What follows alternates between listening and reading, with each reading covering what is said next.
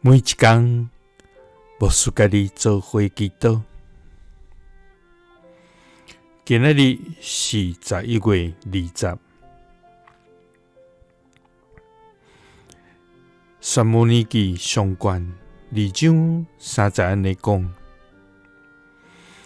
人毋通自高講驕傲的話，毋通自誇講大話，因為上主是無所不知的上帝。人的行為受你評鑑。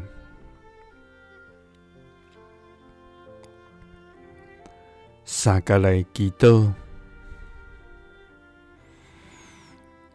愛阮毋通驕傲，無所不知的天父，阮感謝你，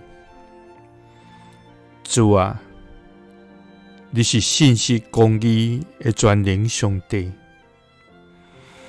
你是施恩賜福的疼痛天父。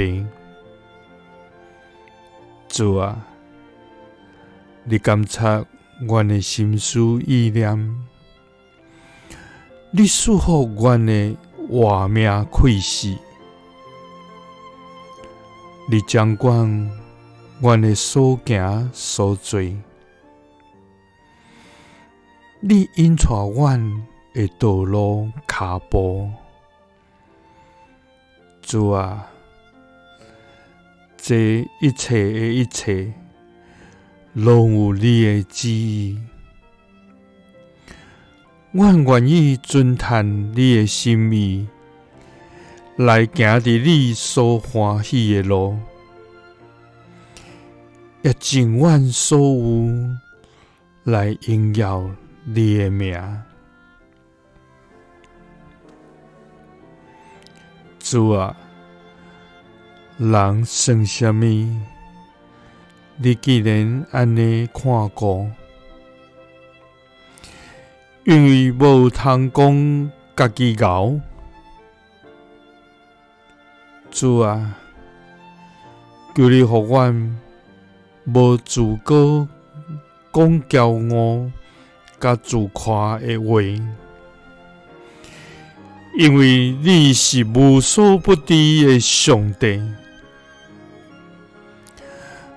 阮的行為的確要受你評鑑。祈禱是奉主耶穌基督的聖名。阿們。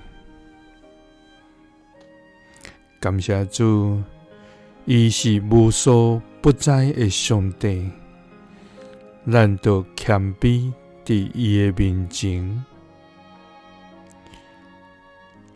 耶穌聽你，賜你平安。